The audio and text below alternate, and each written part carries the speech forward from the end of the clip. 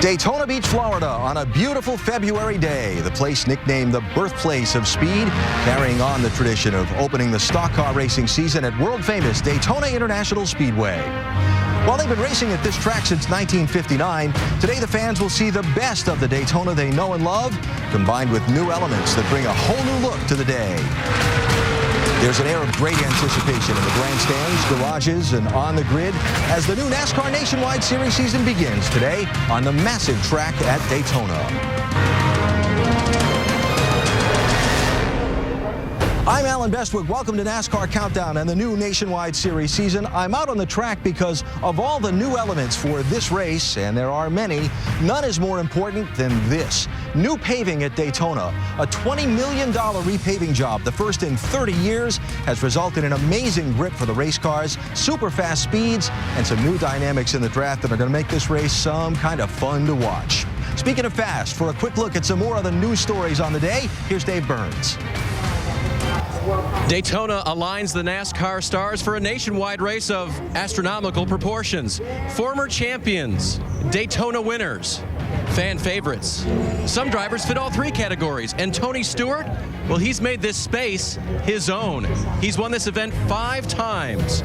Who among them will shine brightest today?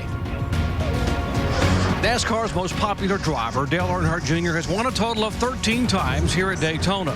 But arguably none more meaningful than last July when he climbed aboard a car number 3, painted with Wrangler colors to conjure up visions and memories of his famous father's glory years. And on that night, just like his dad, he refused to lose and finished the evening with a celebration to remember. Today, 10 years after the sport lost Dale Sr., Jr. hopes to put yet another Earnhardt stamp on Daytona, thus tying his dad as the all-time winningest nationwide driver here in this speedway's history. And oh yeah, by the way, today he starts in position number 3. Where she goes, the crowds go. Danica Patrick is back at Daytona just 1 year after making her debut in NASCAR. Now keep in mind, she has just 13 races under her belt. That's less than half of a regular season. Now she tells me she's more comfortable, but her expectations aren't as high. And after qualifying 4th yesterday, her goal now is to find someone who trusts her in the draft, who will help her. But above all, her main goal is to finish the race. With NASCAR's new rule that drivers must declare which championship they'll run for in 2011, the door has swung wide open for some new nationwide championship contenders. Drivers like Sadler, Bain, Allgaier, Wallace, Leffler, Almirola. But today is less about the championship and more about the fact that this is Daytona. Will it be one of the Cup stars who reigns supreme today, or will a new nationwide star begin to emerge? Either way, Alan Bestwick, we're in for a lot of fun this afternoon. Oh, yeah, absolutely, Vince. A lot of great stories for these fans to follow, drivers for them to cheer for or against, and for us to talk about inside our ESPN pit studio, where we have shined everything up for the new year. Still have trouble fitting Big Brad underneath the desk. Glad you joined us for our coverage of the NASCAR Nationwide Series season opener from Speed Weeks 2011. Alan Bestwick with former champion Rusty Wallace, team owner, former National Stock Car Appeals Board member, and the biggest race fan in the world, Brad Doherty. There's a really fun vibe around this race today. There's a lot of fun going on here right now, Alan. I'll tell you what, never have I been to Daytona for a nationwide race where I've walked through the garage area and saw so many beautiful race cars. They're all new. They're all shiny. I mean, even the guys that are not so fortunate got beautiful cars. I looked around, I said, man, I have never seen nothing like it. But you can really feel the vibe in the garage area. They're all jacked up. They want to run here at Daytona on this new pavement with this brand new car. And it's very, very electric feeling down here at Daytona right now. You're absolutely right, Rusty. It's new. And with that newness creates anticipation. I've been coming here since the 1970s, even though I'm not as old as you two guys. And I have never, ever felt the anticipation that I have felt at this racetrack all week long, not only with the drivers, but with the fans. It absolutely just permeates this whole atmosphere. Anticipation. What will we see when they throw that green flag today for these guys and these drivers? What will this track provide? It's going to be outstanding, I do believe. A lot of the focus this Speed Weeks has been on the NASCAR Sprint Cup Series and the kind of drafting and racing that the new pavement here at Daytona has resulted in. The 2-car tag team draft, we'll call it. The Nationwide Series Series cars are different. What kind of racing are we going to see? That two-car tango or the more traditional big pack Daytona racing? Well, I think we're going to see something totally different than we've ever seen through Speed Week so far. I mean, the Cup cars have been running 2x2 all the way around this racetrack, but I watched the Nationwide cars. They did look more traditional, but right at the very end of practice, I did see some of the 2x2 bump drafting going on, and I will tell you, we saw speeds at over 202 miles per hour in the Nationwide Series before those guys pulled it back a little bit, but they are fast cars, and to me, Alan, they look much racier than the Sprint Cup cars do. Yeah. I think they're actually going to put a better race on, personally. Yeah, the thing they have, though, with these race cars, though, are that the bumpers and the front grills don't line up exactly. So the guys who have experience at drafting and bump drafting will do very, very well. But because of the grip at this racetrack, it's going to bring some of those inexperienced guys who may not quite have the car that the others do into play. So I think that everybody's going to be up amongst them, as we like to say. It's going to be a thrilling day for this Nationwide Series race. I believe I agree with you. It's going to be a lot of fun. Sprint Cup Series final practice just finished, rolling the Nationwide cars out to form up the grid for this race. So many new things to look into as the new season begins. In the shadow of this track's great history, new cars, new rules, and a new track surface, something of a new beginning for the Nationwide Series at Daytona. I waited all my life to play. When America gets the drive to drive, Daytona is where she does it. I might just break the chain. For more than 50 years, this high-speed fan favorite set the standard for stock car racing excellence and excitement. But even the best of traditions can use an upgrade. And the time to do it here is right now. We can use some of that, that's where we from. Ladies and gentlemen, this is Daytona 2.0. For the first time in over 30 years, this track has a new surface, improving the high-speed connectivity between driver and fan. Take this or rearrange it, change the danger, sway some laser. As for the Nationwide rides this year, innovation got some classic inspiration. And while the biggest names still come calling, we reset the rules, reclaiming Nationwide as the series' future stars are developed and released to the world. It's a tradition rebooted. Bigger, faster, better. Welcome to the next generation of American racing, Daytona 2.0.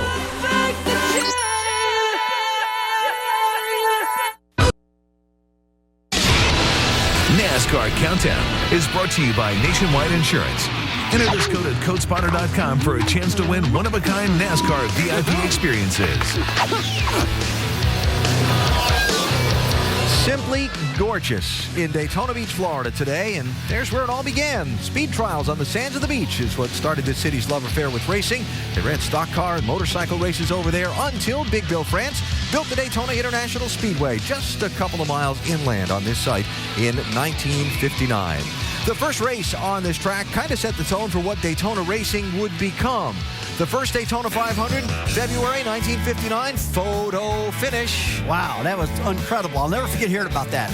Lee Petty, Johnny Beauchamp in a lap car. It took them about 3 days to figure out who actually won the race. The 1960 Daytona 500 saw 68 cars take the green flag, and they had a 37-car crash on lap 2. Some things change, some things stay the same. And they weren't even bump drafted. The track was repaved in late 1978. The 79 500, first on the new surface then, was the one with Donnie Allison and Cale Yarborough crashing in the fight and Richard Petty winning.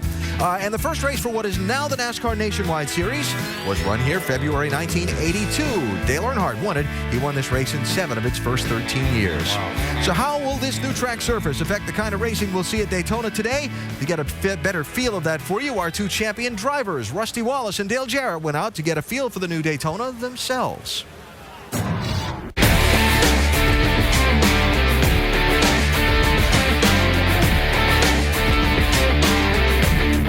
Well, here we are at Daytona, Rusty. Brand new pavement. Let's go see what it's like. What do you think? I've never been around it since it's been paved. I haven't been on this racetrack since 2005, so I can't wait to get out. Let's do it. All right, let's go, man. Okay, man. Should be a lot of fun as we hit this track. I haven't been over here since 2008. I tell you what, this is a lot wider. Bringing back memories, getting me pretty excited. excited, man. All right, want to welcome you fans to the newly repaved Daytona International Speedway. I'm telling you, this is just an incredible job they've done with this racetrack. It is unbelievably smooth. You can go from the bottom, middle to the top. You've got the same level of grip, Rusty. All right, man, I'll tell you what, the track is really smooth, a lot of grip. Let's go, buddy. This is bringing back memories to me. I miss racing here. Wow, is this racetrack smooth. Wow. I don't ever remember being this smooth. The bump down to 1 and 2 here, Dale's gone. I know you're up on the top side of the track, but it feels pretty good down here. I don't know about you, Dale. Let's hammer down. Let's get these ESPN cars going. I feel good about it. I tell you what, I'm going to lock in on your bumper right here. I got to see what this new 2x2 draft is feeling like. All right, here we go. Keep you attached here like those guys do. Hey, Rusty, I was just thinking, I'm having a little bit of a flashback here. I don't know if you remember 1989 Busch Series race, but we were kind of like this right here. On the last lap, we had taken the white flag, but you were down closer to the yellow line there, kind of blocking me. Then I went to make a pass on the high side, and I feel like you kind of ran me into the wall. Neither one of us won. What I should have done was hit you kind of like that and then drove by you. I hear you, man. That 1989 was a good year. That was a good year for me when I won that championship back then. It sure was nice, I'll tell you that. You know, we saw a lot of hard racing, a lot of hard practicing as these guys are trying to figure out this two-car draft. But we also have seen that if you're not careful, the car in front of you gets a little bit loose. You have to get out of the throttle. These guys behind you are closing at such a fast rate that they can't see through that, and then it just causes a big chain reaction wreck. I think that's some things that we may see on Saturday and Sunday. All of those places that kind of made Daytona International Speedway what it was for all of those years are now gone. They've done a terrific job in repaving this racetrack to just let these guys be able to race anywhere on this track that they want to. Hey, I've enjoyed it. I appreciate ESPN and NASCAR giving us the opportunity to get out here, be able to bring to the fans exactly what it feels like here now, because it is a totally different racetrack. We're going to see totally different racing on Saturday and Sunday, but that doesn't mean that it's not going to be great racing, because these things are going to come down to the last lap. Should be very exciting. Man, take a look at this pit road, Dale. Look how smooth it is. Yeah, it really is. A lot of room right here, but we'll also see, as these guys try to pit together, a lot of problems as they enter pit road. You got to be down to pit road speed right there. I think you're speeding. Bust on me, isn't he? Speeding on pit road, a little bump going into turn 3. You know what's outstanding though? I mean, as a former basketball player, I go shoot basketball hoops every once in a while now, and I miss a lot of shots. These two guys, they get in these race cars, hadn't been in them in a long time. They close that winning net. They go out there and run 50-50s, 190 miles an hour, and didn't miss a beat. Two of the greatest of all time. It was a lot of fun and a good opportunity for you and DJ to get a feel for what the new pavement is like for the drivers. What a transition at this racetrack over the past 6 months or so, from just after the races last July to where they finished this up in time to do some testing in December and January. Now, the new pavement has produced tremendous grip for the race cars, which has produced tremendous speeds. As a result, NASCAR's had to make several rules adjustments through the practice sessions here Wednesday and Thursday. First practice, top speed, over 200 miles an hour. They reduced the size of the tapered spacer. Second practice, even faster. That's incredible. They just could not slow them down. They had a plan A. They had to go to plan B. Then they went to plan C. Then to plan D. I mean, this track is super fast. And I don't think NASCAR ever anticipated, Alan, that the cars are going to go this quick. But they got them pretty good right now. All right, so now it's race day. 43 cars on the track at once. The two-car draft. We touched on it a little earlier. Why will it work? Why won't it work in this race today? Well, the two-car draft will work today, but you got to use extreme caution. These bumpers do not line up near as good as the Cup cars do. In fact, a couple cars actually got their front bumpers under the rear bumper and lifted the guys up and got them very, very loose and almost spun. So Carl Edwards put it best. He said, man, I don't feel real comfortable doing that. So if you're going to do it, you got to be very cautious with it. The reason why it will work is just what we were talking about earlier. The restrictor plate, the tapered spacer, they sucked a lot of horsepower out of these cars. In order to go forward, you have to line up and do the two-car draft. The problem with it is inexperience and lack of patience that we'll have in this series with these young guys. That can create a fiasco at best. It's going to be a very interesting 300 miles here at Daytona today to see how all this plays out. Up next, Danica Patrick, back for a second go-round at Daytona in that 7 car. In her own words, Danica tells you where she thinks she stands in her stock car learning curve.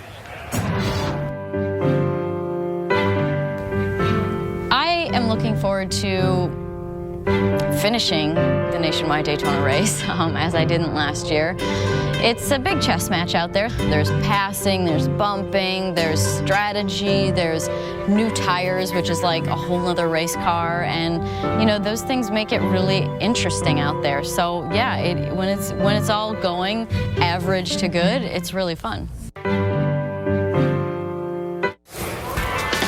Looking down on the Daytona International Speedway, our aerial coverage today brought to you by Goodyear, the official tire of NASCAR. Everything we've learned making tires for one of racing's most grueling proving grounds inspires what we roll into yours. Goodyear, more driven.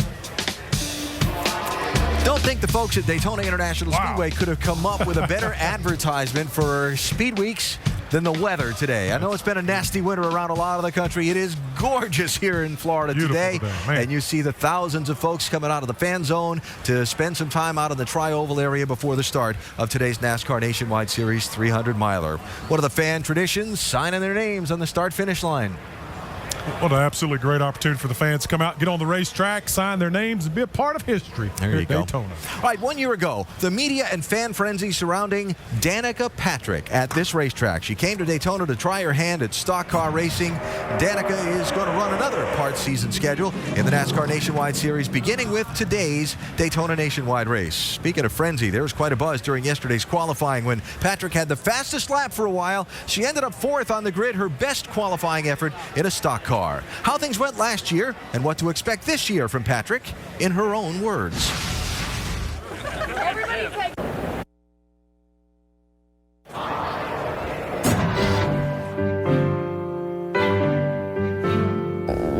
Right before the race, when you get to the car, there are just so many people there and you're just kind of hanging out.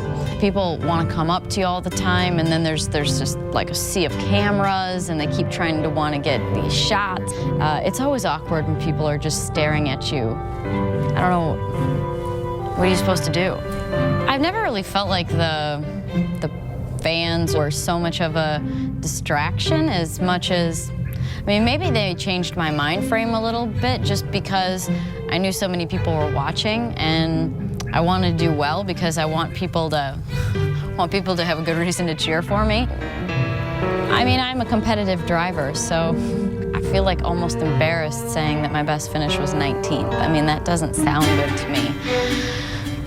A lot of the races, the results were not representative of really what was going on that day and how much better we were and how we maybe coulda, shoulda, woulda had a few top 15s, maybe even top 10 here and there. But you gotta finish. I mean, that's half the battle in these cars, it seems like. So I think anytime as a driver you are forced to adapt to a situation, it just makes you a better driver overall. And I started getting hit a little bit more deliberately, it seemed like, or just starting to get used as like, I was like a pinball, if somebody just drifted up, they just hit me, and I can't put up with that. So then you do things that are really blatant, and I just drilled somebody in the rear end at Phoenix, and it's kind of liberating to be able to dig your heels in a little bit and say, I'm not putting up with this stuff anymore. I think that what I need to keep in mind this year is that there's going to hopefully be some good races, some better races than last year even, and with some follow through on the results to get all the way to the finish line. But to remember that it's really going to be my 13th nationwide, 14th nationwide race, and when I'm done, I will only be at 2/3 of a nationwide season, so I still haven't even done a year. I need to keep that in mind, and it's hard, especially as I'm going to be going back to these tracks again and expecting a lot out of that, and this whole second season, it's not really. I mean, I have to remember that I'm still in my first season, and I hope that it goes really great, and it looks as though I'm out there doing my second full season, but if it doesn't go well, then that's what I'm going to remember. Well, here's the plan for Danica in the NASCAR Nationwide Series this year. 12 races at 9 tracks, 4 she hasn't run a stock car at before. Notable, the Bristol Bull Ring, March 19th, the Montreal Road Course in August. Get your reaction to what you just heard, Danica's words about where she's at in her pursuit of stock car racing. What do you think? Well, I listened pretty close to that piece right there. And one thing I know about her is she's a big-time sponge. I mean, she listens to all the information everybody's telling her and really tries to process it. She really wants to win. She wants to run up front. She wants to get the respect. That's what I'm hearing out of her. And I will tell you, Alan, back in 2006, she was my teammate in the 24 Hours of Daytona. And right then, I learned she's very, very focused. She's into her car, and she wants it real, real bad. She is definitely one of the best female drivers I think I've ever seen. Now, you know what? She is the best I've ever seen. She's a good gal. What are you expecting from Danica in these races this year in the Nationwide Series? I expect her to get some top 10 finishes. I really do believe, and I said this last year, I think she is a tremendous race car driver. I would love to see her in this Nationwide Series full time because I think her progress would be unbelievable. I listened to her last year in 2010, though, and it's almost at times like she was contrite when she was talking to the media. Very, very humble. I've listened this year. I've stood in the background and tried to hide and listen in. Well, I can't hide them too big. I stood in the background and listened in on some of the conversations, just trying to listen to her. She sounds very confident, and she's only been to some of these places for the second time around. If she would run the entire series, she would be outstanding. She is a heck of a race car driver. This is a new car for Danica here at Daytona. She ran last February. That was the old-style Nationwide car. New pavement, new type of drafting, and so on. How will all of that be different for her in this race than it was a year ago? It's going to be good for her, Alan. This car's got a lot of downforce. It's going to be stuck to this new asphalt really, really good. I think she's going to be able to maneuver this car around a lot better than she's ever done. This is a good opportunity for her here at Daytona today. Yeah, absolutely. I mean, those IRL cars she drives in some of the places like Texas and Indy, I mean, they're running 240 miles an hour, and they are stuck to the racetrack. She's getting a similar feeling here today, so I think she'll have a lot of confidence. We could see a great finish for Danica Patrick today. Just thinking about you trying to hide in the background and be inconspicuous. And listen, you can hide in a 100-acre cornfield. Coming up, it's not just a new season for the NASCAR Nationwide Series. There's a whole new set of rules, cars, and circumstances for teams, drivers, and fans to figure out. The Nationwide Series New World Order when NASCAR Countdown continues from the Daytona International Speedway before this season opener.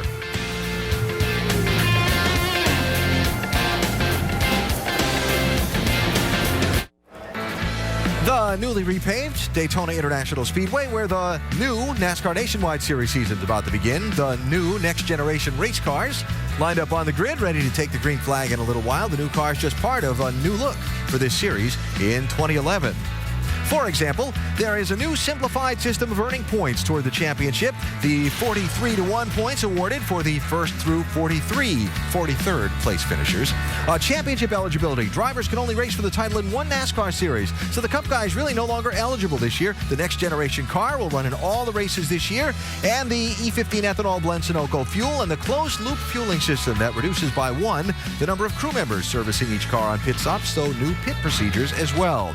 The new rules for who can win the championship have created something of a new world order in the Nationwide Series.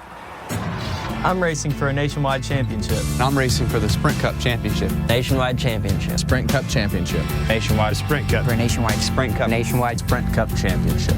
I think it's a great time now to change it and get back to the old ways, and we'll have Nationwide Series champions.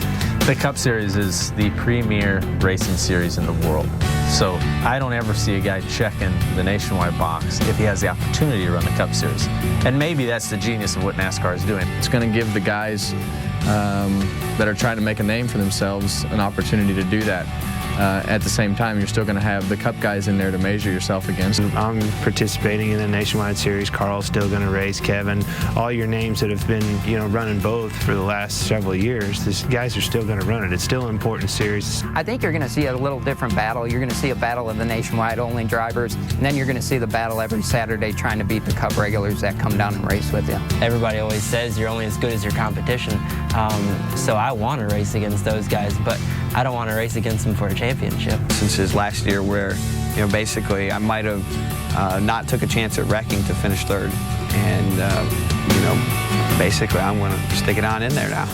we might have to rub some fenders with them. We might have to beat some doors with them, and those are going to be the guys that they don't want to be having that happening to them. It's going to build a camaraderie around these nationwide drivers. You can be like, all right, who's leading the points right now? And it's going to kind of shift that focus, not only on the Cup drivers who might be leading the race, but also on the points battle that's going on among the nationwide drivers. And there's going to be more coverage given to the guys that are racing on that series on a week-to-week level from a media standpoint, just because they're going to be competitive for a championship. We can build a brand now as drivers, as champions. We know that a nationwide regular is going to win the championship this year, and I think that's important for moving forward. Well, of all the new things in the Nationwide Series for 2011, the change that's drawn the most buzz has been that one where drivers must declare which championship they're going to run for. Want to bring in all of our analysts, Dale Jarrett, Andy Petrie from the booth, along with Rusty and Brad here in the pit studio, and talk about the pros, the cons, and the effects of this particular change. Brad, you first. I think the thing that we'll see happen is what you heard a couple of the guys mention, like Brad Keselowski. You're going to see the Cup guys who come in and race against these nationwide guys just have their race cars on kill and be ready to go to the wall to win these races. So if you're a nationwide guy and you're running up front with 5 laps to go, you better hope you get a caution so you can tighten them belts up, because it's going to be a heck of a finish. Yeah, but the question is going to be, guys, is this champion going to be worthy, the Nationwide Series champion? It's not going to be one of the Cup stars this year. It's going to be somebody that's declared their eligibility for this series. And is he going to be worthy of it? I believe that somebody's going to step up and do that, because we've seen drivers like Brad Keselowski. He won races in this series when he wasn't a Cup star, and he won the championship when he was. But I believe somebody's going to step up, whether it's Trevor Bayne or Eric Almirola or maybe even Justin Allgaier. One of those guys will step up and win races to win this title. Well, DJ, if somebody steps up, is it going to have to be a guy that's with one of those Cup-affiliated teams? I'll give you an example. Brian Scott is driving for Joe Gibbs Racing. Some of the guys Andy just mentioned driving for an independent nationwide team. You got to be with a Cup-affiliated team? Well, it certainly is going to be an advantage if you do that, Alan. No doubt about that. These guys with Roush Fenway, Trevor Bayne, Ricky Stenhouse, they certainly have an advantage there. Elliott Sadler with KHI, they certainly have a lot of experience there, a lot of resources they can get to. Rusty's teams have that with Toyota. So a lot of things there, but I'm not going to say that you have to have that, because a team like Turner Motorsports that has a big group of drivers there that work together and can get some help, I think that they can certainly show that they're very capable of running up there too.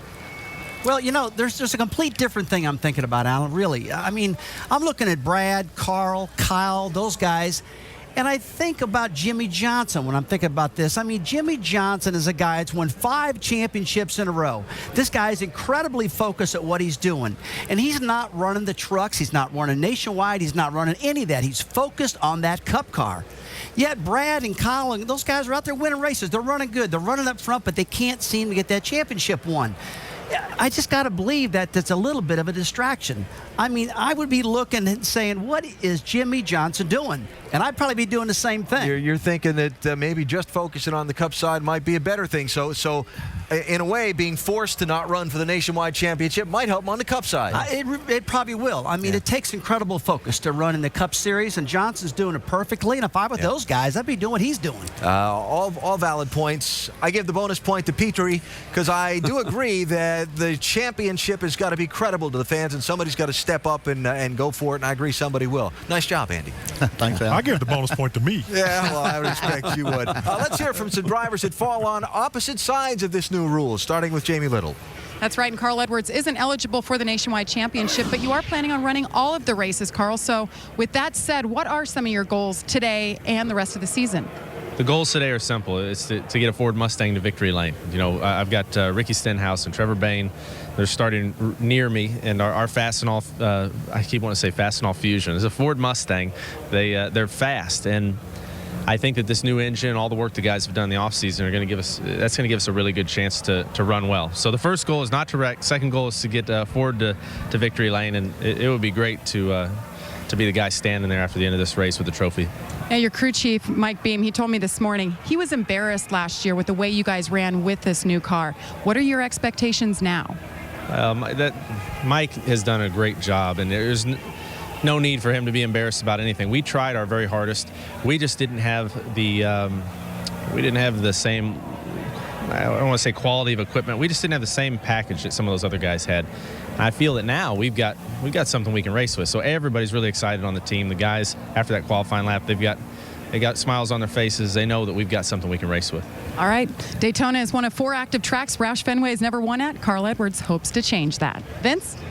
Well, from row 5 with Carl Edwards to row 3 with Justin Allgaier, Rookie of the Year in the Nationwide Series 2 seasons ago, 4th in points last year. So what's 2011 going to be for Justin Allgaier? I don't know. You know, obviously with the new rule change, we're going to obviously go for the championship. And being a new team, new car, new sponsor and brand, and having that Chevy power, the Hendrick horsepower that we've got this weekend, I think we've got a great shot, not only today, but throughout the rest of the year. It's been a lot of fun so far here at Speed Weeks. All up and down the garage, everybody's talking about the importance of your partner today. Who are you going to be looking for? Well, unfortunately, Jason Leffler in the AccuDoc car, we drafted really well in practice.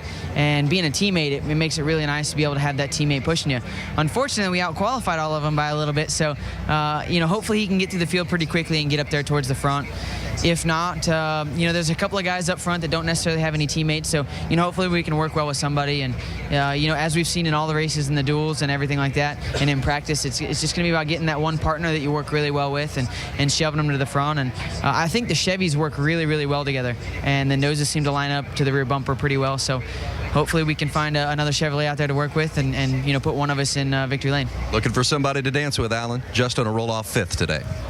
Vince, thanks. And another driver we expect to contend for the win today, also driving a Chevy. We expect to contend for the championship this year as well, is Elliott Sadler, driver of that number 2 machine. The Virginia native taking a road less traveled as the path back to racing happiness.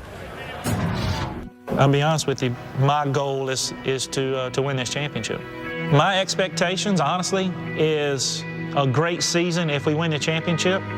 If we finish second in the championship, it will be a huge disaster.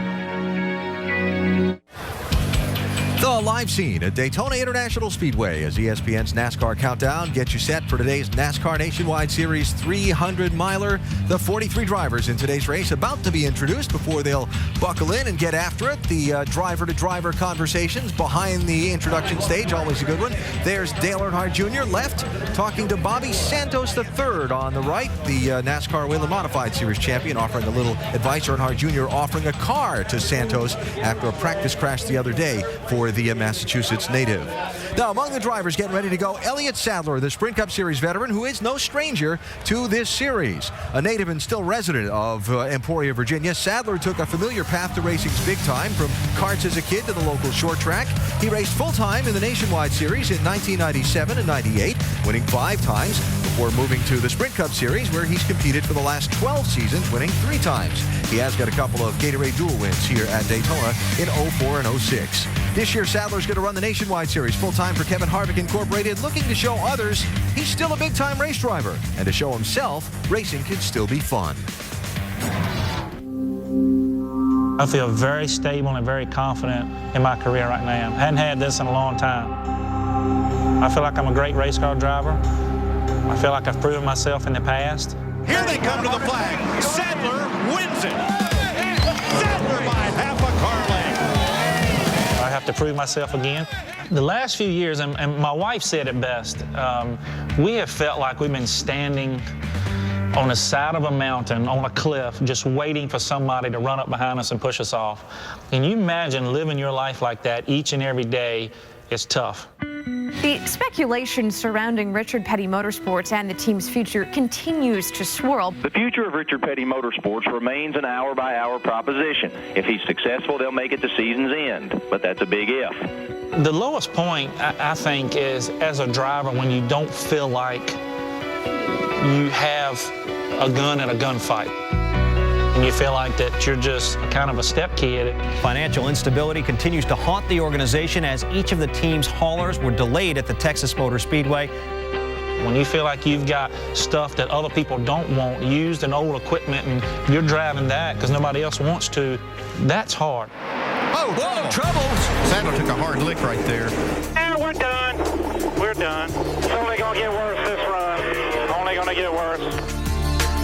That's really hard to show up and just put your heart and soul into it when you feel like nobody else is on the same page.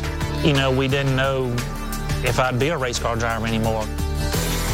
But I want to race. Okay, I've done all this other stuff. It's not fun. It's not fun playing chess every day of your life. It's more fun racing. Set to take Kevin Harvick Incorporated to victory lane. Elliott Sadler is going to win the first race at Pocono for the trucks. Getting an opportunity to drive Kevin Harvick's truck last year saved my career. It saved the way I looked at racing. It saved my mentality on getting in the race car. It saved my love for racing because I got in some equipment and racing around people that wanted to race. That was the #1 objective, and it changed. It helped me get through a tough 2010. Just like Kevin always says, you just don't forget how to drive. Congrats! Awesome! This is the right decision to go back to Nationwide, to get my confidence back up, to go contend. Is it taking a step back? Well, it's not racing on Sunday, but if I can come back to this series and be competitive and outrun everybody that's going to be racing on Saturday, I feel like people will know who Elliott Sadler is again. Elliott Sadler getting set to go in that #2 car today at Daytona, hoping to end the day holding a trophy. He is lined up 19th on the grid. Dale Jarrett is a close friend of Sadler's. DJ, some people might look a little sideways at Sadler coming back to the Nationwide Series, but through personal experience, you know this can be a good thing. Yeah, Alan, you're exactly right. And Elliott and I have had this discussion. In 1989, towards the end of the year, I was driving for Cale Yarborough. We lost our sponsor. I was back in the Busch Series with my own stuff here in Daytona. Didn't run the Daytona 500 in 1990, but through other things, I eventually got a ride with the Wood Brothers, which resurrected my career. Elliott and I talked about this thing. I could tell at Pocono last year when he won that race, that truck race, this was a different person. I knew exactly what he wanted, what made him happy, as it does all competitors. You just want to run well. This was the best scenario for him, as people were starting to question because he was in such a bad situation. Now he has that opportunity to show him once again, and he will, that he is a very competitive race driver and can get the job done. He'll be back in the Cup Series very shortly. I think the thing that resonated most with me listening to Elliott there was for racing to be fun again. Got to be fun if you're going to win. Yeah, you got to have a good time. It can be a whole lot like work, and you don't want that as a race driver. You don't want that in TV either. DJ, thanks. We appreciate it very much. We'll talk to you for the call of the race shortly. Elliott Sadler getting ready to go today here at Daytona. Now, no one has had more success in this Daytona Nationwide Series race than the late Dale Earnhardt. Of course, this weekend, the 10th anniversary of Earnhardt's passing has prompted the telling of many stories, bringing back many great memories.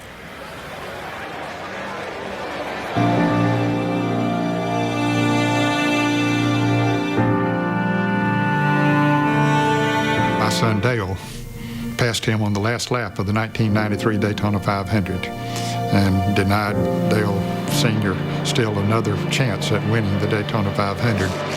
You know who I'm pulling for. It's Dale Jarrett. Bring her to the inside, Dale. Don't let him get down there.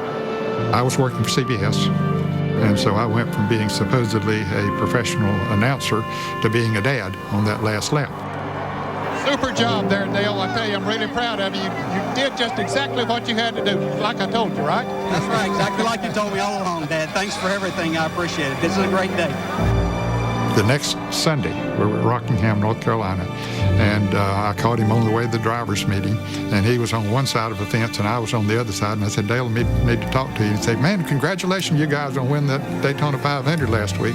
I said, that's what I want to talk to you about. I said, I didn't handle that right for you and your fans. He said, what do you mean? I said, well, I was pulling for my son on national television to beat you. And I said, that's not the way that it ought to be done. And he looked me straight in the eyes, punched his finger through the holes of that fence, and said, don't you ever forget, I'm a daddy too. Great story from Gentleman Ned about the late Dale Earnhardt, and everyone who has interacted with him in this sport over the years has many thoughts and stories. Of course, Dale Earnhardt's record for most Nationwide Series wins at Daytona could be equaled today by his son, Dale Earnhardt Jr., who certainly has a good shot. We'll talk with Jr. about that in just a little while. He starts on the inside of row number 2. Want to get some stories from all of our analysts about their interactions with Dale Earnhardt Sr. over the years. Stories are fun when you're thinking back and remembering. and I know you got one for us. Give me a Dale story. Well, man, he's just such a practical joker. I mean, we all know he's one of the greatest race car drivers in the world. He's fantastic behind the wheel. But it was 1989. I just finished winning the championship, and he's called me up and said, hey, man, come over to my race shop. I want to hang out, drink a couple Miller Lights with you. I said, okay. So I went over there, and I'm looking at all his stuff, and he's got this big old bow and arrow. I said, man, what's that thing? What do you got going on there? Hey, let's go outside real quick. I'm going to show it to you. Well, his shop, Alan, was made out of wood down the sides, a big old wood building. We went out there, and he pulled that bow and arrow back, and he shot that baby, and he thought it was just going to stick in the side of the building. It went completely through the building. His eyes got that big, and he went, oh, my gosh, and he ran up to the building, and I chased him. We ran inside. He had his brand new Daytona 300 sportsman car sitting there, we call it. Yeah. That arrow went right through the side of the building, right through the wheel well opening, and right through his brand new radiator of his race car. Tore his car all up. He's like, oh, man, this is too good of a bow and arrow. That's fun. DJ and Andy are listening in upstairs. I know, Andy, you've got to have an Earnhardt story. Yeah, it's not a funny story. That's quite funny about that one. But my impression with Earnhardt was my very first race with him was down here for the 500 and Speed Weeks. And I didn't have a lot of time to prepare for that race because I'd just taken the job. And it was unusual for me because I was usually spending weeks and even months getting ready for the Daytona 500 and preparing the cars. And we just didn't have cars like I thought we needed. As a matter of fact, I was very disappointed in what we were bringing down here, but just no time to get them right. Thinking, well, we're just going to have to suffer through this and see what happens. We came down here, and he won the Bud Shootout with the backup car, which wasn't even nearly as good as the other car, and neither one of them were up to snuff. And then he won the 125 qualifying race at the time and almost won the 500. We just heard about how Dale Jarrett beat us on the last lap to win that one, but I just could not believe how good of a driver that Dale Earnhardt was. I got it firsthand that very first race, and I was so impressed. Wow, that's fun. Big Brad, got an Earnhardt story? I surely do. I mean, as a lot of people know, I'm a race fan. I've been kicking around these racetracks for 30 years. And this was back in the 90s. I had stumbled into Charlotte Motor Speedway, Lowe's Motor Speedway, and I was walking down pit road, and one of the track officials who I knew I was going to talk to me, he says, Dale Earnhardt wants to see you right away. And I'm like, oh, man, what does he want with me? So I go stumbling back through the garage area, and I get to his hauler, and I walk up in the back. He's in the back there, and I walk in and I say, hey, Dale, how's it going, Brad Dart? He says, yeah. He said, you're just the guy I want to see.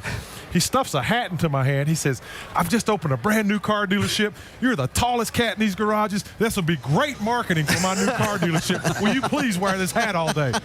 I said, sure, anything for you, man. I'll help you out any way I can. I do that same thing, man. That's good advertisement on your head. Oh, that's fun.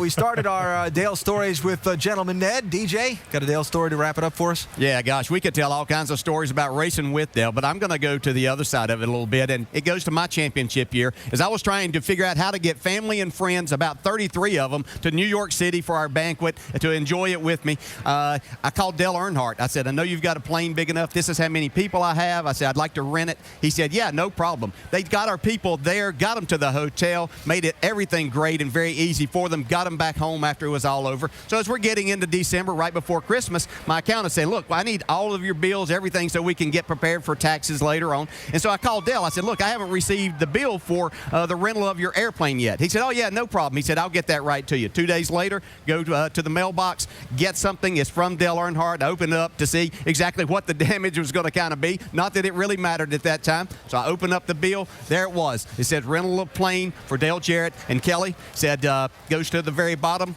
Congratulations on your championship. No charge. Big heart of fun. Dale Earnhardt. That's fun. Wow. Everyone who crossed paths with Dale Earnhardt has stories to tell about him. Some great memories here this week as we remember the great Dale Earnhardt. Dale Earnhardt Jr. getting ready to try and equal his dad's record for Nationwide Series wins at this Daytona track. We'll talk to Junior as well as the man on the left, Clint Boyer, who starts on the pole for this race when NASCAR Countdown continues from Daytona Beach. Sunday night, ESPN proudly presents Wendell Scott, A Race Story. Well, I tell you, Mr. Scott's one of my true heroes, a true legend of the sport. And thanks to NASCAR Media Group for giving us a chance to experience just a piece of Mr. Scott's life. Sunday night, 9 Eastern on ESPN, immediately followed by NASCAR Now and our Daytona 500 post-race show. No question, one of the favorites to win this race today is Tony Stewart. Just introduced to the crowd, Smoke has won this race 5 of the last 6 years, including the last 3 straight. All right, guys, championship all starts here. Tony Stewart uses the draft to slide by. Tony Stewart, the pole sitter, will come down and win the season opener at Daytona. Kyle He's push. got him loose. Gives him the shove and comes on the inside. What a job Tony Stewart did to hold the lead. Tony Stewart for the 4th time is a winner at Daytona. Allgaier's got the run on the high side. Now he's going to look low. Here comes Meanwhile, going to crash. While they spin, coming down the front straightaway, it's going to be all Tony Stewart. Tony Stewart doesn't run the Nationwide Series very often. In fact, this is the only time you'll run it this year. What have you found unique about this new generation Nationwide car? Well, I'm not sure at Daytona here you're going to learn all the neat things about it, but, you know, it's still the basic concept of what we're doing on the Cup side. Instead of fancy bump stops, they just do it the old-fashioned way with coil bind in the spring, which I like that. It's simpler. It's easier to understand what's doing what, but, man, Kevin Harvick, Gink, and these guys, every time I've come here, they always bring a good car. And I know it didn't show up qualifying-wise, but I think we got a car that's going to be pretty good for the race here again. They say this is a wild card race, but you won this race 5 of the last 6 times. That doesn't sound like much of a wild card to me. What gives? I mean, we've been lucky to have really good race cars here. And you know, I got my first one here with Kevin and Delana and got one last year with them, too. So just really proud to be driving for Kevin and Delana and having Oreos and Ritz on the car again this year is it's cool. I have a lot of fun with sponsors like this. I bet you do. Tony Stewart, certainly the favorite, but if anybody's going to get him today, it might be Kyle Busch. He won just about everything a year ago. Will it be Busch?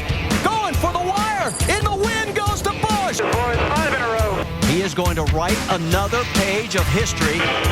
61 to victory lane, boys.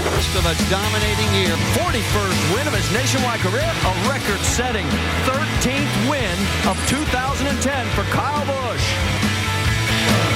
Well, one thing that Kyle's 2010 did not include was a victory here at the World Center of Speed. So with all of the varying strategy, well, I guess there's one strategy, the 2-car lock, but the relative inexperience connected to today's event, what do you expect out of today? I expect all the Cup guys to get together and kind of figure it out and start pushing each other. And some of the Nationwide guys will probably lay back a little bit and wait more towards the end of the race. But we'll see how it plays out. You know, I like our chances. I feel like the Z-Line Designs Camry is really good. All my vehicles have been good in the draft. We saw that a little bit last night with the Dollar General Toyota Tundra. And hopefully we see it again today. And, of course, tomorrow with the M&M's Camry. So, all in all, it's, you know, it comes down to circumstances and just trying to be in the right place at the right time and working with a partner, trying to find somebody that you can work well with. You mentioned last night you finished 5th in the truck race. The guy who won, you have drafted very well with here this week, Michael Waltrip. How important will he be to a victory today for you? I mean, he could be big. You know, these cars, you can do the same thing and you can push. It's just all about trying to keep the water temperature to a level that's moderate and not to exceed a certain degree. So for us, it's going to be about trying to figure that out today. You know, how far offset do you have to get from the guy in front of you, or you know, how long can you push that guy? All right, thanks, Kyle. Good luck today. Now, the last time the Nationwide Series raced here, it was an old-school paint scheme that ushered in the new era. Dale Earnhardt Jr. driving this 3-car in honor of his father. How about this? The 3-car to the lead on the 3rd lap at Daytona. How appropriate this is. The new leader, Dale Earnhardt Jr., shuffled by Kyle Busch. He's had a great run all night. Here they come to the checkered flag, and Earnhardt is going to drive a number 3 car to victory lane at Daytona again. But that's chills right there. His father would be extremely proud. Man, you know, we lost everything here, and to come back with that number and do this, that means everything. Dale, we just showed folks last July you had thousands here and millions at home jumping up and down as you drove that Wrangler 3-car to victory lane here. When you reflect back on that night, what do you cherish most about that win? Just winning races, getting trophies, and doing it with Tony Jr., that whole team, my team. It was just a good feeling with that group, you know, and the way the car is probably my favorite part, man. It's just a great paint scheme. It's a beautiful race car, and I felt really lucky and fortunate to have had the opportunity to have drove it and in competition, and I'll be grateful for that forever. Let's talk about today, Dale. How torn are you early on in doing what's right for you and your car versus trying to help your talented but inexperienced teammate Danica in the early laps? Well, I'm not really worried about it. She'll drive her race and I'll drive mine, you know, just like everybody else in the field. And you help whoever you can help, and when you think you need to help them, and when you think you need to, whatever's good for you at the time, that's how you win these races. It's looking out for number one, really. I mean, it's the way it is in these races.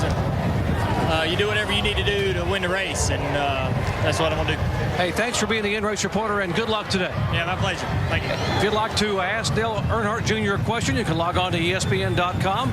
Key phrase, ask the driver, and maybe your question will be selected by Dale Jarrett to ask Jr. here just before the green flag waves. Alan? All right, Doc, thanks. Those three drivers we just talked to sure are good candidates for the win today. Junior, 6 Daytona wins. Stewart, 5. Kyle has the 1, but if not for Stewart, probably could have a couple, 3 more. That's right. We will see if those three, one of those 3 ends up in victory lane today. So with the new season and all the new cars, drivers in different places, different paint schemes, there are so many different looks for you to keep an eye on today. Want to bring all of our analysts in to just pick out one person or group for you to watch for during this race. Rusty, start us off. I'm going to look at Elliott Sadler. I think he's got a great opportunity. Everything that Kevin Harvick brings to this racetrack is super fast all the time. This could be a career rebuilder for Elliott Sadler driving for Harvick, and it can start here today. Andy, who you watching? I'm intrigued, Alan, by that Turner Motorsports team. They've got 3 drivers that are eligible for the championship this year: Jason Leffler, Justin Allgaier, and Reed Sorensen, and I think they're going to be very worthy candidates for that championship. They also have a Cup driver today. It's Casey Kane driving the other car. So look for this team to be a contender for the championship and to win races. Be fun to watch. Big Brad? For me, it's going to be the JR Motorsports guys. I mean, you're looking at Earnhardt Jr. and Danica Patrick, obviously, but this guy right here, Eric Almirola, he came out of the Joe Gibbs stable of diversity drivers, dominated late models, did a great job in trucks, has run Cup stuff some, but he is really good in this Nationwide car. He's a talented young man, and he's a young guy as well. Got a great career ahead of him. All right, DJ, speaking of young. Yeah, Trevor Bayne turns 20 today. I didn't drive a race car till I was 20 years old for the first time. He has a great opportunity at Rouse Fenway. He got some great experience on Thursday drafting with Jeff Gordon all day long. And not only could he win here today, he could win this championship this year. All right, we'll keep an eye on all of those, and we'll help you out with who's in what car today as the new season begins for the NASCAR Nationwide Series. Clint Bowyer, the former series champ, on the pole for this race. We'll talk to Kansas Clint as we get ready for the new season to begin for the NASCAR Nationwide Series at Daytona.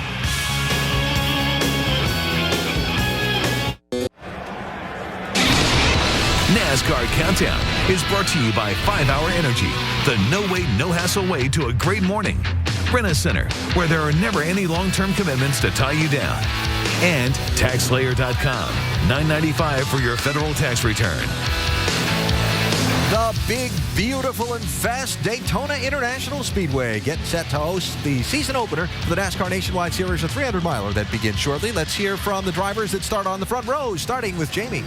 Well, for Clint Bowyer, it's been 8 years since he's raced a KHI Nationwide Series car. But Clint, you're one of a handful of drivers who's actually pitted with this new fueling system. What kind of curveballs do you think that's going to throw into today's race? Well, you know, today I don't think it'll be a big deal. But, you know, that carrier, the rear carrier, has got a lot new role, a big role. You know, he does all the adjustments now, adjustments that the catch can man that's not there anymore used to do. So when we go on into these short tracks, the intermediate tracks, and we're making adjustments, I think, you know, there's going to be a little bit of chaos till they get it all down pat and smoothened out. But I think it's going to be full speed ahead. I'm looking forward to today's race. It's so fun to be able to race at Daytona, compete in this Nationwide Series.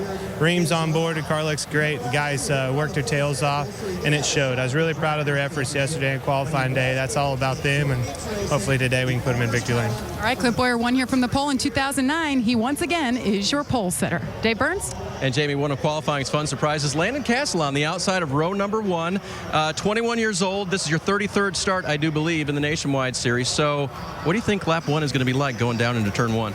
It's going to be really cool. You know, I'm just really proud of my Phoenix Racing team, James Finch, giving me this opportunity. I'm just proud to be up here in a race. You know, I've had to work hard getting in the field, and James kind of gave this race to me as a gift, so I'm going to try to make the best of it. Doing what he can for the one team, part-time this year, and a great start to the season, guys. All right, Dave, thanks. Jamie mentioned when talking to Clint Bowyer, the new system now being used to refuel the cars on pit stops, the closed fueling system that eliminates the catch can man on pit road. Let's take a look at it. In our Craftsman Tech Garage is, as always, champion crew chief Tim Brewer. Tim? Thanks, Alan. You're right. The new refueling system takes away from the efforts of the catch can man. That takes 43 people off pit road. But the system is very unique. The fuel still has to go in here and the air exhausted through here. But with the new system, what we've got right in this area here, the fuel goes down through the center of the receiver right here. The air comes out the outside. The trick is, Alan, you have to go straight in with this system and straight out, because if it's at any different angle other than straight, it might hang up in the receiver and you might see this can go down pit road. AB? A lot of pit crews spent a lot of time this winter trying to adjust their stop choreography to that new system. We'll see how it plays out in the opener here today at Daytona. That's one thing to watch for. Let's talk about a few other things to watch for in this race. The new pavement, a new tire to go with the pavement that's not showing much wear, and that new fueling system means we're going to see some huge strategy. There's going to be some big changes. I mean, this tire you talked about, this tire is so good here at Daytona. A lot of teams are talking about not even changing tires. What's that do? That means you can put 6 guys over the wall if you wanted to. I'm hearing right now you're going to see 2 gas guys go over the wall with 2 gas cans, and some of the teams even have left-handed and right-handed gassers, so they can put that thing right in the side, jerk it right out, put the other in real quick, meaning for very, very fast refueling stops. But boy, they're going to get it right on. Just like Tim said, if they mess up, it could hang up, Brad, and go right down pit road. Yeah, you're absolutely right. Those gas cans they have some problems with those gas cans where the air comes back out into those venting tubes. If you don't hit that bad boy just perfect, it pumps air back up to that gas can. It'll stop that can, and it'll cause you about an extra 3 seconds of time to empty that can. Interesting conversations about where you want to be on the last lap, leading or behind the leader trying to make the slingshot. What are you hearing? I've been watching this a long time, and I think the guy in front, unfortunately, he is driving through the mirror. I want to be second if I can, which they won't let me on the racetrack, but I want to be second because I want to drive through that windshield instead of the mirror. Rusty. No way, man. I want to be leading that baby, and I'll take my chances. You know, I want to stay up front. I like the number 1 position all the time. All right, last question. Tony Stewart or somebody else today? Oh, Tony Stewart. Give me Tony Stewart, and you can have the field, Jack. No, man, going to be somebody else. He's won a whole bunch here. I mean, it's time for something different. That's why I'm taking Tony Stewart. Okay. Thought you were playing the law of averages there for a minute, but going to go with the favorite, huh? Yes, sir. So many unknowns, so many new things to watch here today. Will it be Tony or somebody else? How about Junior? Can he equal Dad's record on this weekend? Can you imagine what the reception for that would be out on the grandstand? Will the white flag leader be the first of the checkered flag? And then something else we really haven't touched on much. Will there be the big wreck? Oh, don't even want to think about it. Don't even want to think about it. All going to play out on the newly paved super fast Daytona International Speedway in the season opener for the NASCAR Nationwide Series. It's coming up next.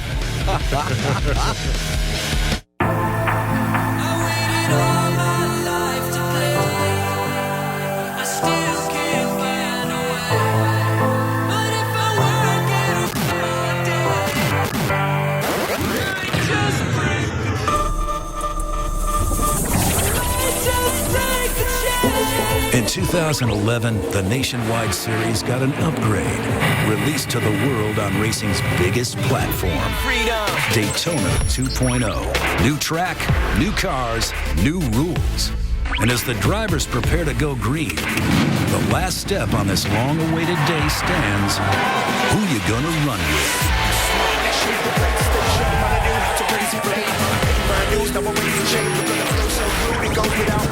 New and improved, these young guns have arrived and are not holding back. Daytona is the biggest stage, their best chance to make a name for themselves in a hurry. They are some of the biggest names in the racing world. New rules be damned. To give him a push here, it's going to be all Tony Stewart. These heavy hitters are in it. Kyle Busch will do it to win it. A mix of grit and glamour. Danica attracts a lot of attention even before she gets behind the wheel. With 1 season under her belt, it's time to start turning heads on the track. Whoa, Danica Patrick. He has the 2nd most wins here, trailing only his legendary father. For racing's biggest star, this day will see emotions riding as high as the speeds on the fresh asphalt. The reboot is complete, the tools and talent set. The final choice in hand, who you gonna run with? A new season with many new and different circumstances, creating a heightened sense of anticipation and excitement as we get ready for the start of the 300-mile NASCAR Nationwide Series race at Daytona International Speedway. Beautiful new race cars, the Mustangs and Impalas, the Challengers and Camrys, ready to be driven at nearly 200 miles an hour by drivers both familiar to the sport's biggest stage and some new to the Daytona draft. Should be a thrill-filled afternoon, capped by another frantic finish this track has been known for throughout the years. Time for us to go trackside now for today's opening ceremony. Ladies and gentlemen, please rise and remove your hats as the Embry-Riddle Aeronautical Air Force ROTC Honor Guard present our nation's colors. Please remain standing as Reverend Victor E. Gooden, Senior Pastor of New Life Ministries, Holly Hill, offers today's invocation. Let us pray. God, we thank you for this great day. Protect each driver and the racing team. Send an angelic escort for those who are here as they return home. Bless the city of Daytona Beach, the county of Volusia, the state of Florida. And God, while you're blessing, bless the great United States of America, the great red, white, and blue. And we thank you, and in your name we pray. Amen, amen, and amen. Since debuting Drive last year, she has helped more than 1 million Americans get screened for their risk of COPD. We are honored to have Grammy award-winning country music star Patty Loveless perform our national anthem. No, say, can you see by the dawn's early light what so proudly we hailed at the twilight's last gleaming, whose broad stripes and bright stars through the perilous fight over the ramparts they watched were so gallantly streaming, and the rocket's red glare, the bombs bursting in air, gave proof to the night that our flag was still there. Oh, say does that star-spangled banner yet wave over the land of the free and the home of the brave.